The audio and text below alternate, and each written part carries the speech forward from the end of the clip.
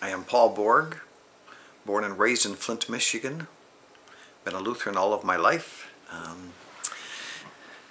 Majored in philosophy and logic when I was at Augustana, finished in Augustana College in Rock Island, Illinois, and then went on to theological study.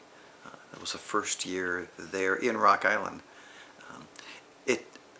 The teachers that I have had were very, very, very confusing. The faith was chaotic, was not meaningful, and it became more and more of an agnostic. Really became more and more agnostic. But I kept that to myself during the study there in Rock Island. Okay. And then, of course, one day in the midst of a class period, here was this professor who stopped in the middle of it. His name is Dr. Arden, and he says, he looked at me and he says, "Paul Borg, I want to see you in my office at the end of this class period." Of course, then you go through everything. What did I do? What kind of trouble did I get into, you know? And so I went there, and he says, "You have 7 days to make a decision. We want to send you to Tanzania, East Africa, and be the personal secretary to the Lutheran bishop." And this would be the last 7 months of Bishop Sunkler, and that would be the first 8 months of the newly elected bishop, which we did not know at that time, and that had ended up being Josiah Kibita.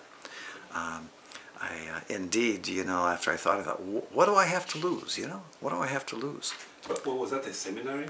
That was at the seminary. Okay. It was a very, very confusing time for me. So anyway, ended up going to Tanzania, 1964, May. Arrived there, first experience in Africa, and then was there for 15 months.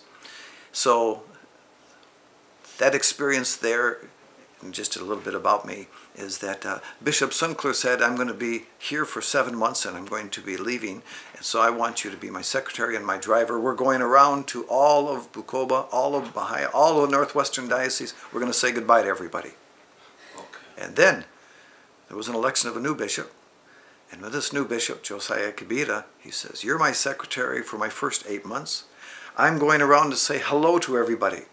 You're my secretary, you're my driver." And I got to experience the whole diocese twice in profound ways. Because of this experience, I ended up choosing to become a pastor. They were missionaries to me. Wow. They were the ones that transformed my life. They taught me a marvelous theology, a high view of sacred scriptures, the passion for Jesus Christ. They were the missionaries. I had a chance to ask lots of questions, and they were my teachers. So I became a pastor, was ordained in 1968, ended up in Indiana, served 3 different parishes, one for 8.5 years, one for another 15.5 years, and another one for 14 years. And then in 2006, let's see, it was 2006 is when I finished that last parish, took some sabbatical time, and now I am back working in another parish in a small mission congregation in the northwestern part of Indianapolis. Oh, wow. So I do some work there, have some opportunity in doing some consultation. My passion and love is coaching pastors, and I have a family, a wife, Judy. I have 3 children. I have 6.5 grandchildren. Wow. One is on the way, and I am 68 years of age, and I have discovered the power of discipleship, and I've simply been bargaining with the Lord and says, "Lord, if you will keep me healthy to 100 years of age, I will not retire." I will not retire. Yeah, and it looks like it's working. Oh, yeah. I'm enjoying life very much. Okay, that's good. Well, there's sort of some brush strokes. Yeah. Yeah.